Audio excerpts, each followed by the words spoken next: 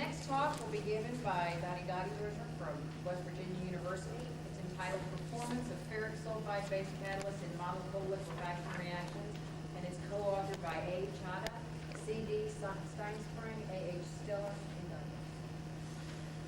Douglas. Thanks. I'd like to acknowledge the co-authors here. Jay Chada is sitting in the audience, and we have an agreement. I give the talk, and he answers the questions. So sharpen up your coolest pencils. Chada Steinspring has been trying to teach us surface science, and he and Ajay basically did the surface science work. Al Stiller has been working with us in terms of the catalyst development, and of course I get to give the talk, so that's fair. I always forget to mention acknowledgments at the end, so I started putting them up in the beginning. We acknowledge the Consortium for Fossil Fuel Liquefaction Science, John Lee Young, who did a lot of the atomic adsorption work, Pete Stansberry, who helped with the catalyst preparation, and Dr. Sharma, who did some of the coal liquefaction runs that I guess we won't be talking about at this point.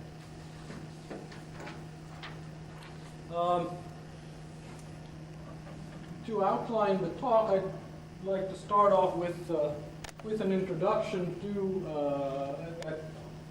give some idea of direct coal liquefaction and the use of iron-based catalysts in that. And I think this may be necessary. I thought this may be necessary, but I see that there's a lot of people in the audience who probably have forgotten more about coal liquefaction. And Bert, I apologize for calling this iron. I have not had the benefit of your upbringing, but I try to improve. The longer time I spend at West Virginia, the more convinced I am that coal liquefaction is in fact a worthwhile opportunity. So you see, I can't see the light.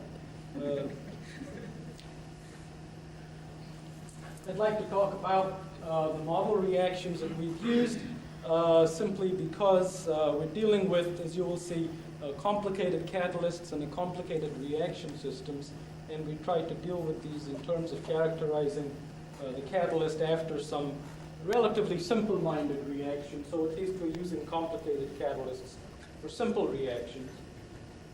We'll look at, in terms of the results, we'll look at activity. We really won't look at selectivity of these reactions. In fact, there isn't really a question of selectivity for these. We'll also do some analyses of the surface of these, some bulk analyses, before as well as after each of these model reactions. We have a preliminary model, we think, that incorporates some of the factors, certainly of chemistry and transport, maybe morphology. We haven't quite figured out the morphology angle yet. Since I do have a little time, maybe I'll put those micrographs up and listen to your comments on those. And then finally, of course, we'll conclude. Well, as I said, we're interested in direct coal liquefaction and the use of iron-based catalysts for this purpose. Direct liquefaction basically, of course, results in products, obviously, of lower molecular weight. We'd like them to be of higher ratios of hydrogen to carbon. We'd like them to be liquid as much as possible for obvious reasons, but we're dealing with a wide variety. We're dealing with a reactant that we really don't understand very well. We're dealing with products with a remarkable range of properties, and so we really don't understand the products very well either, and so it shouldn't come as any surprise that we don't really understand what the catalyst does in coal liquefaction. But we do know that the catalyst must certainly have at least one of these three, if not more than one of these three properties. One possibility is it transfers hydrogen from the gas phase to the constituents of the coal, thereby, of course, increasing the hydrogen to carbon ratio and converting it to liquids. Alternatively, the catalyst could shuttle hydrogen in some species, whether as H2 or as H or your favorite species, from some kind of a hydrogen donor, which may be a solvent, to the coal. And finally, the catalyst could help in the cracking or the hydrocracking of carbon-carbon bonds in the coal, thereby again lowering the molecular weight and helping the formation of liquids. The kinds of catalysts that we've been working on for the last few years have dealt with iron catalysts. Now, a lot of people have worked with iron catalysts. They're cheap, so they can be used as once-through catalysts. But there's lots of catalysts that are relatively cheap, such as chromium, but you don't want to run chromium as a once-through catalyst because now you've got tons per day of stuff that you can't get rid of because it contains a heavy metal. Iron's present in the coal anyway, so it's, we can call it environmentally benign. It's no worse than when you started. So we use iron catalysts as once-through kinds of catalysts. People have used oxides and sulfides of iron. It doesn't matter what you start out with. It turns out that in a coal liquefaction, in typical coal liquefaction conditions, anything you start out with pretty much winds up as a non-stoichiometric sulfide of iron. These are generally called pyrrhutites, where the ratio of sulfur to iron is of the order of 1. And again, there's a wide variety of these pyrrhutites available, and I won't get into all of the different possibilities. Our niche in this, perhaps, in this iron catalyst area, has been the use of ferric sulfide. Ferric sulfide is an odd duck. It's basically an unstable species at anything above room temperature. In fact, below room temperature, it's unstable. It disproportionates. You have a solid state disproportionation into an FeS2, which is a stoichiometric pyrite kind of a species, so we call it pyrite for short. So it disproportionates into pyrite, and then a form of pyrrhotite and elemental sulfur to fill up the balance. And then there can be interaction between the pyrite and the pyrrhotite depending upon the atmospheres that you have.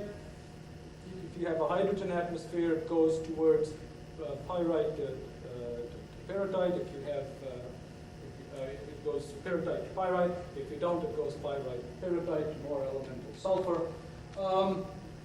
And the interesting thing is that one can control, to some extent, one can control the relative amounts of pyrite to pyrrhotite, so the pyrrhotite to pyrite ratio. One can control this ratio by varying the conditions of disproportionation, by varying the temperature of disproportionation, by varying the time, by varying the gas phase conditions. One can also vary, to some extent, the kind of pyrrhotite that's formed, again, by varying the temperature, the time, and the atmosphere for the disproportionation.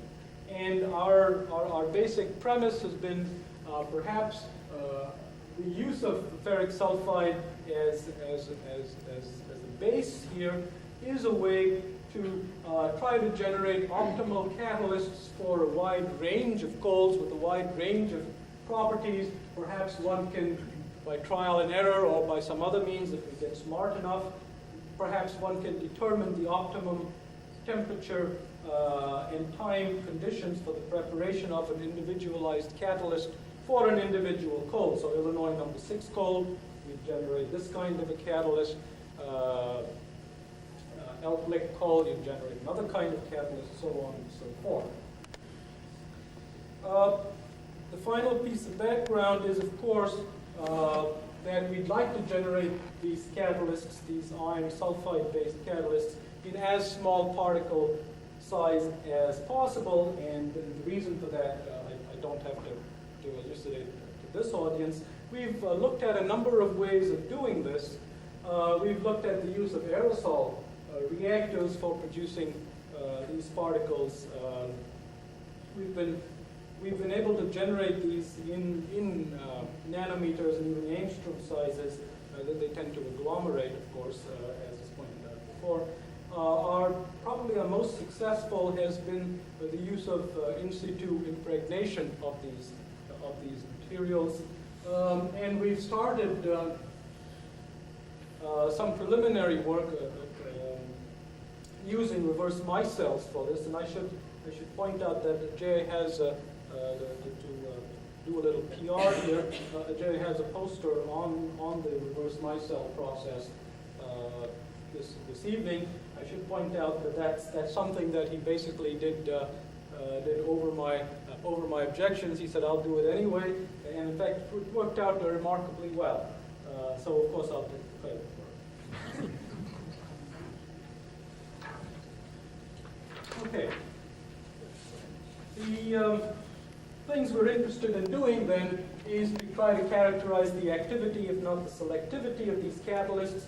As we've said earlier, we have a wide range of products. If we were to use coal as a reactant, so we'll use model reactions that try to look at the salient features of reactions going on during direct coal liquefaction. And what sort of reactions would those be? Well, certainly one would look at hydrogenation. And so we'll look at the hydrogenation of phenanthrene by hydrogen, and that's represented by this reaction here. And I'll try to be consistent with this color coding. We'll look at hydrogenation results will typically be in red. Then we can look at reactions where hydrogen is shuttled in the liquid phase in the absence of gas phase hydrogen.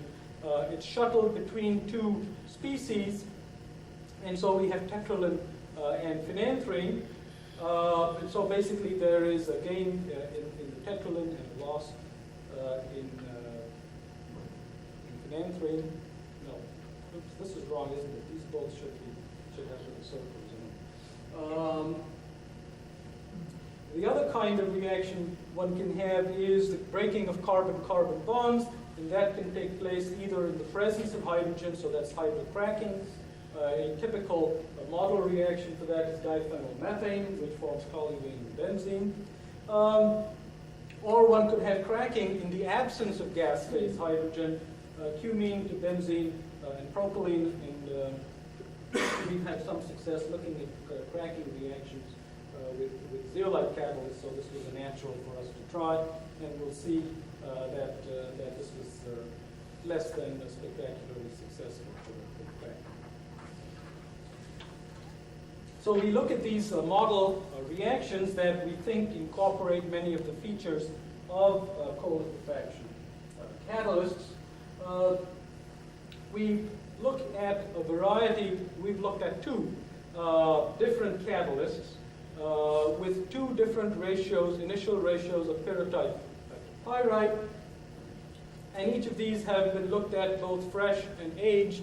And I should point out our rationale for doing this. Basically, we had some catalysts that we had generated earlier, kept in the storeroom, kept in the cold room at, what was it, roughly 5 degrees Celsius or 0 degrees Celsius or something like that, well sealed and all the rest of that.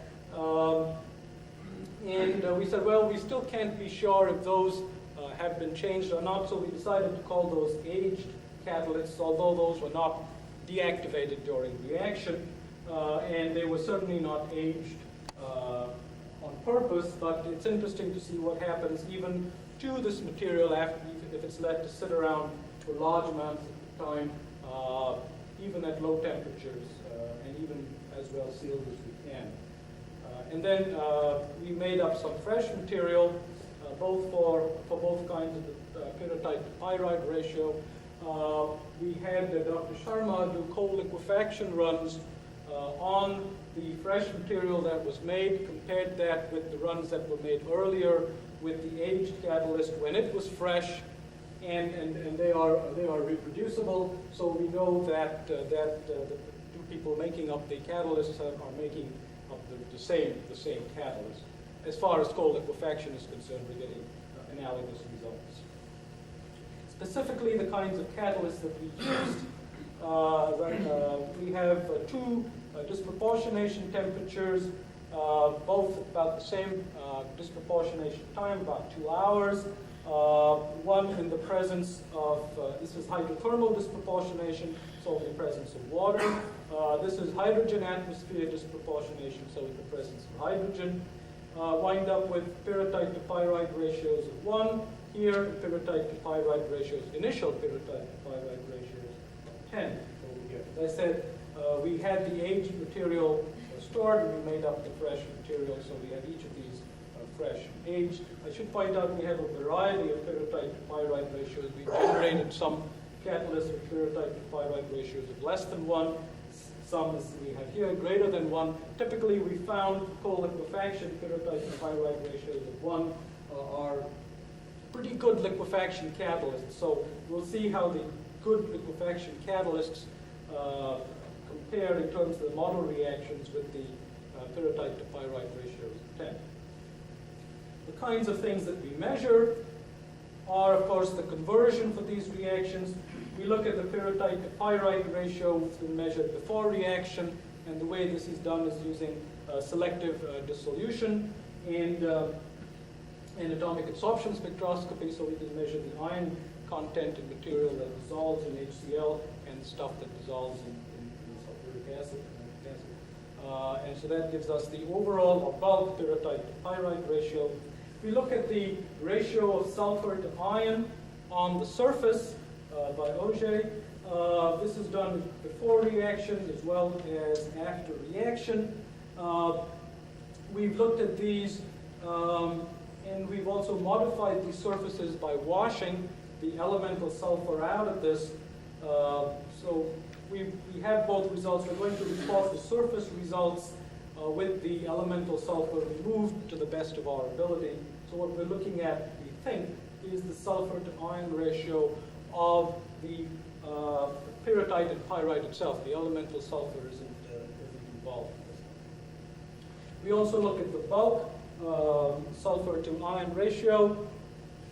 We again washed and unwashed, but we don't think that the washing does anything to the bulk ratio. So basically, we're stuck with that again before and after. We've looked at surface morphology with SEM.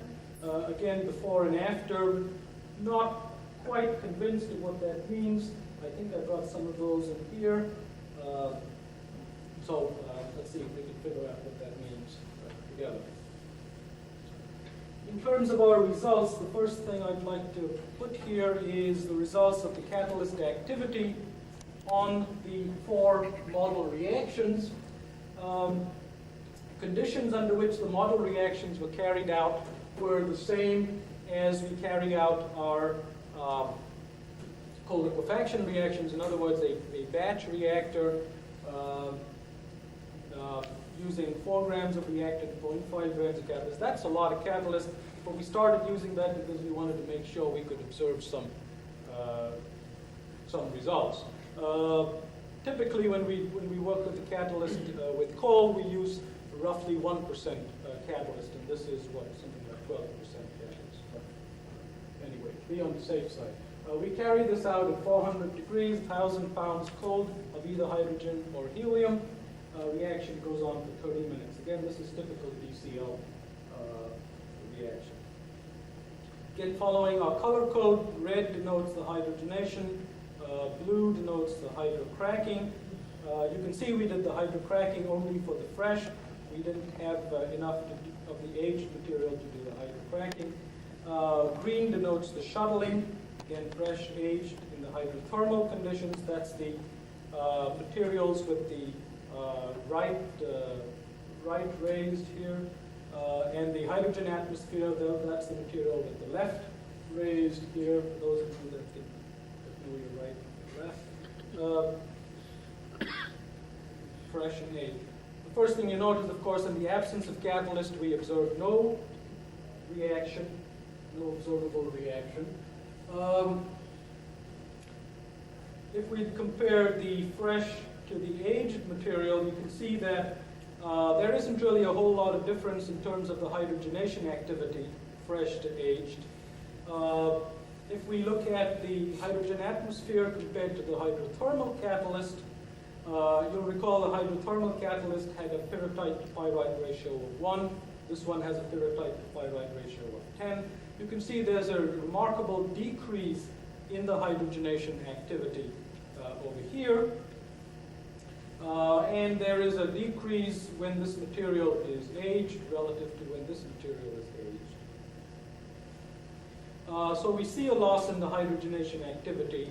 And I remind you again that this material, the hydrothermal material, is the one that's a good, that's a better DCl catalyst than the hydrogen atmosphere.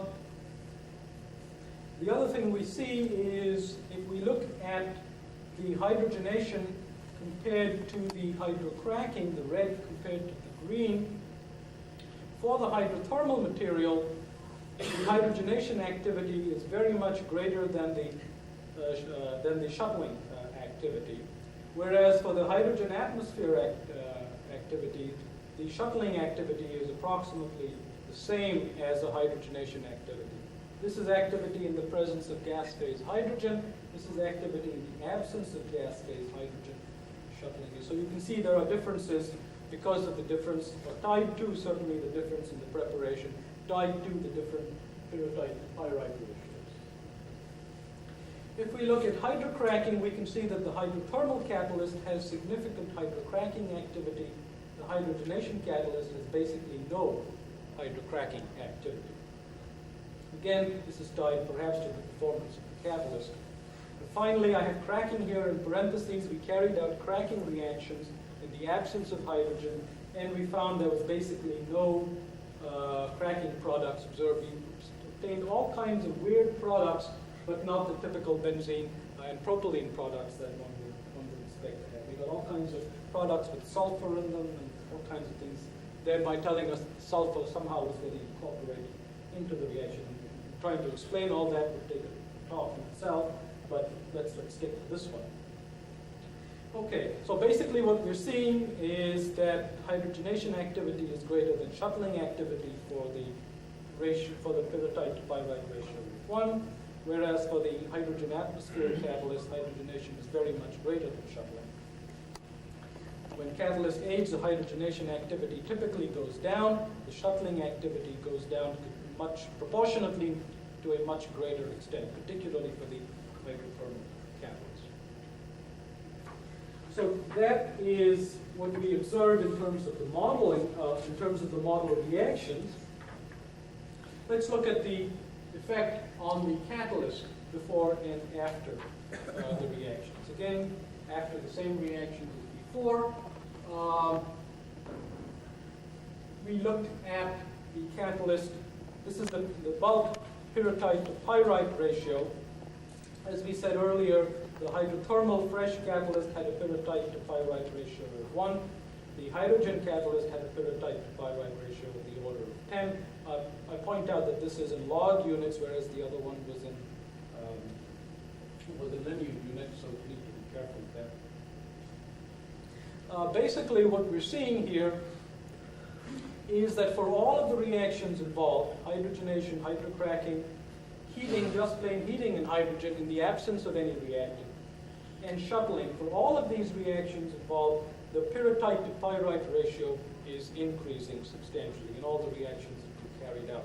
From 1 to 10 in this case, from 10 to about, I don't know, 60 or 80 in the case of the hydrogen atmosphere. The shuttling reaction is carried out in a helium atmosphere in the absence of hydrogen. All the other ones are carried out in a hydrogen atmosphere. But we'll notice that the shuttling reaction, even though it's carried out in a helium atmosphere, typically will follow the characteristics of reactions carried out in a hydrogen atmosphere. So anytime hydrogen is involved, basically we say that the catalysts become increasingly pyrrhotitic. In other words, what we're seeing is a transfer or the change in the catalyst, or the pyrite component of the catalyst, to the pyrrhotite component of the catalyst. How am I doing for time?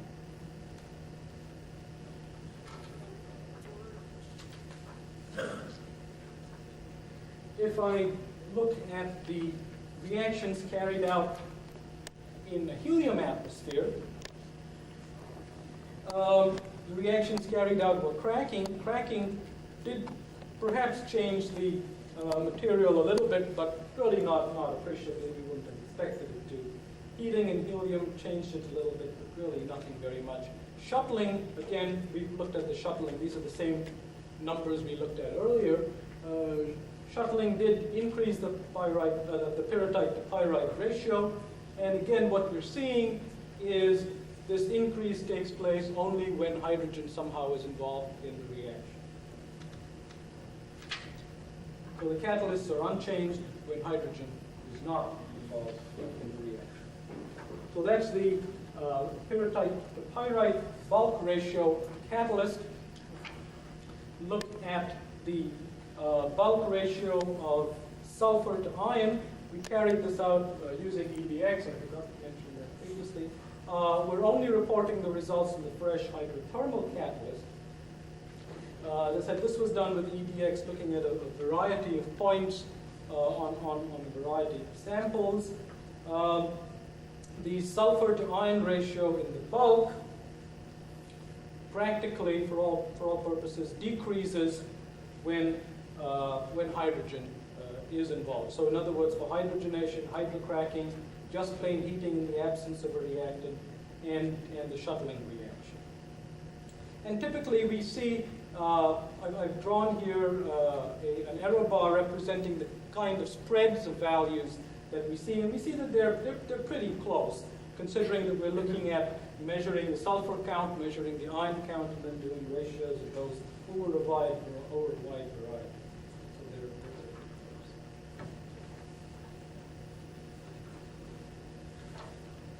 What I have here is now the sulfur to iron ratio before and after the model reactions. The sulfur to iron ratio on the surface, measured by Auger, and the material on the top, the bars on the top refer to the hydrothermally disproportionated catalyst. That's the one with the pyrrhotite to pyrite ratio of 1, and the one at the bottom is the hydrogen atmosphere disproportionated to higher temperature with the pyrrhotite to pyrite ratio of 10. And basically, again, if one is to look at general trends, what we're seeing is, well, first of all, if we look at the error bars, if you ignore this one for the moment, but certainly for this one, there is a remarkably uniform distribution of sulfur to iron on the surface. Whereas if one looks at the results after reaction where hydrogen is involved, these represent two differently prepared samples, and then we had a number of points and a number of line scans for each of these. So what we're seeing is basically a large range of values certainly for the hydrothermally disproportionated catalyst, but a relatively smaller range of values for the material that does not involve hydrogen. So basically one can say from this that there isn't really a great deal of change in the sulfur to iron ratio on the surface on an average, okay, at least to within what one can consider statistically significant. However, there seems to be a local wide range of ratios that are involved, particularly where hydrogen is involved. Where hydrogen is not involved, one can say that there is perhaps less of a wide range. Okay, and actually had a chance to see this before we ran this off of our friendly neighborhood Kinko's the other night. So I'm anxious to see how it looks. The snake skin that you see here is an artifact of our friendly neighborhood Kinko, so ignore that. Maybe they have a wallet fresh today. But basically, it wasn't my wallet.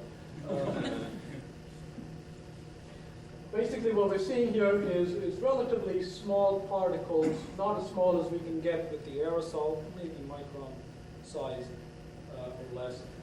And if we look at the SEM after the shuttling reaction as typical of a reaction that involves hydrogen. What we're seeing is one great big glob of material. So this stuff is fused together in the sense to form one large particle. And we have shuttling as an example. We've seen this in all of the other runs. Blowing this up, the same sample you saw earlier, to a slightly higher magnification. This is now, what is this? 2000. Oh, there you go. 2000 mag. Okay. It just depends on knowing where to look. What we're seeing here, this is the blow up of that great big 10 millimeter blob that you saw. What we're seeing here are what look like the individual particles, and here we can see cracks and fissures running through the particle. If we go to even higher mag, to 10,000, what we're seeing here are the individual elements of the particles involved.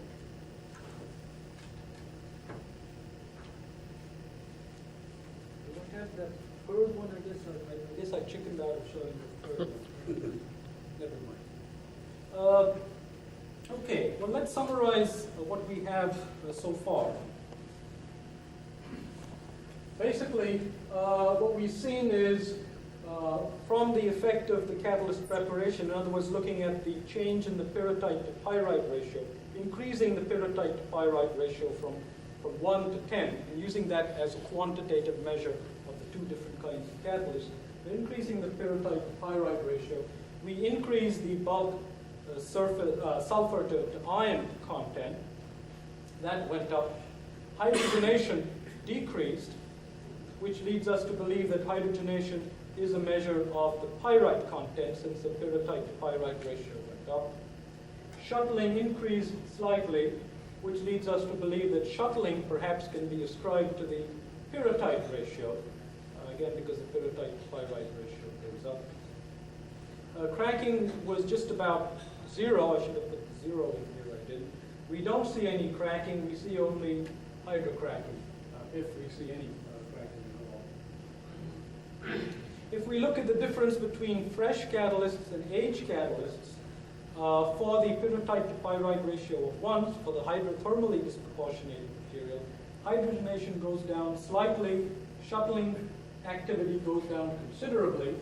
On the other hand, if we look at the pyrrhotite to pyrite ratio of 10, that's the hydrothermal, hydrogen atmosphere disproportionated material, both hydrogen and shuttling decrease to roughly the same extent. Now, if we couple these results with what we looked at before here, one can advance a hypothesis that basically the aging process, just sitting around in a room, decreases the pyrite somewhat. We're forming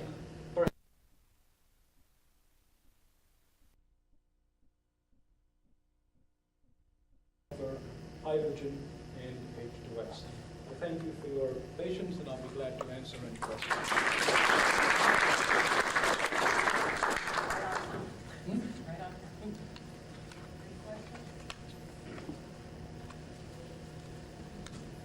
Just a quick question. The iron, nickel, sulfur, there's a rich chemistry there. And you talk about your sulfur, the quantity of sulfur that you have in your catalyst. I was just wondering if you would have ternary iron, nickel, sulfur. Would that tend to hold on to sulfur by lowering its free energy in that mix? Now, we haven't talked about this before, have we? No. It so happens that we've actually run experiments, DCL experiments, where we incorporate nickel into the lattice of the ferric sulfide and then disproportionate the whole thing. And we do see, actually I'm not sure this answers your question, but it gives me a chance to talk about that. But we do see, in fact, in the X-ray diffraction patterns, which I didn't get a chance to show, we do see alloys of the iron and nickel in the X-ray diffraction patterns of the catalyst. So we know we're incorporating nickel into the structure. And it's a weird structure, we don't really understand it. But basically it didn't do anything to improve the DCL activity. We haven't done the model reactions on it, so we don't know why it didn't increase it. But it was very disappointing because that was our first try at trying to do mixed metal sulfides, and we had great expectations for that, and they didn't pan out. We've had other successes, but that one was not successful. I don't know if that answers your question. I ask a question. You have two catalysts with different pure-type fire ratio at the beginning. And after reaction, you found the ratio are almost same. But the activity are different. So apparently, the activity is result from something happened early in the reaction, not after. Do you know how long it takes to change pilot pure-type pilot ratio at the reaction condition, or maybe the liquefaction is carried out at a very period of time? I don't know the answer to that, Vijay. Actually, if you do a theoretical calculation just by this taking reaction, suppose we assume that the whole catalyst is pyrite. Let's assume that and just try and see how much time it takes for the pyrite to go to pyrrhotite. So we have rate constants and diffusivity coefficients for that reaction from literature.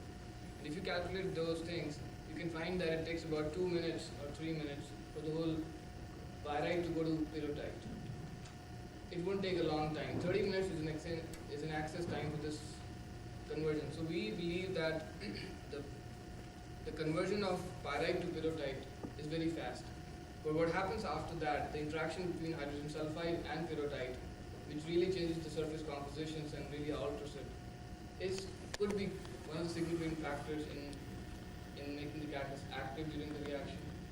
But yes, the reaction, the pyrrhotite to pyrite was very fast. But there's also a significant thermodynamic equilibrium effect. I mean, it won't go to completion. There will be a balance between pyrrhotite and pyrite. Why does the initial ratio have an effect on the reaction? Well, presumably, because there's a significant amount of the reaction that takes place in the first 5 minutes. So that's when there is a difference in the initial ratio.